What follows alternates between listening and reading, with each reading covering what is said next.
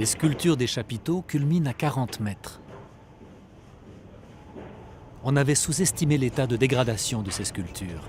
Elles étaient difficilement accessibles. Nous traitons l'ornementation, qui comprend ici les frises, les caissons et les 32 chapiteaux corinthiens.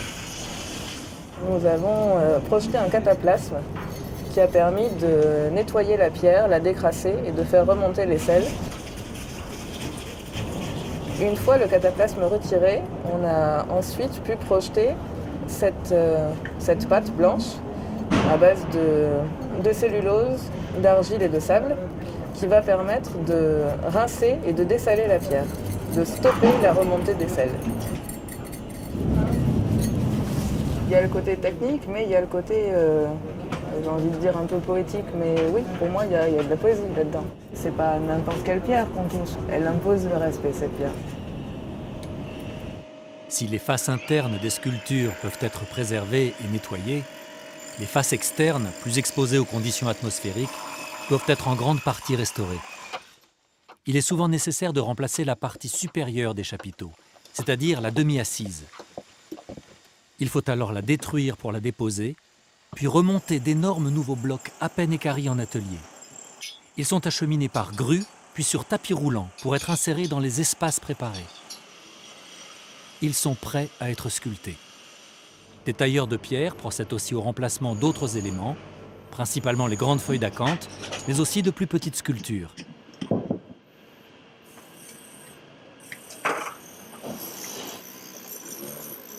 Plusieurs dizaines de personnes travaillent de façon coordonnée. Le travail débute par un croquis sur papier.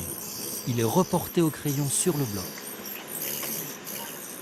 Sur la base de ces tracés, les sculpteurs épanellent les blocs, puis les sculptent très finement, à l'aide de burins, ciseaux, rifloirs et gouges, jusque dans le moindre détail.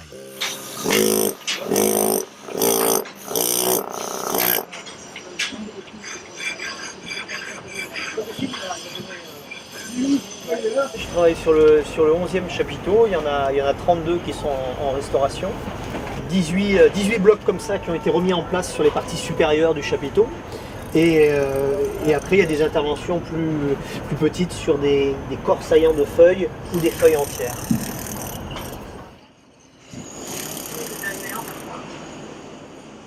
Là, je prends la mesure sur l'ancien.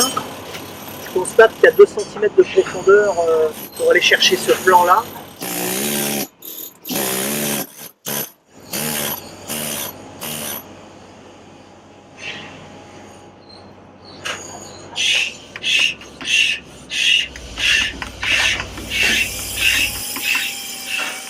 C'est vraiment un travail complémentaire entre les tailleurs de pierre qui posent, les tailleurs de pierre qui épanellent, et puis les sculpteurs qui arrivent derrière pour faire la finition.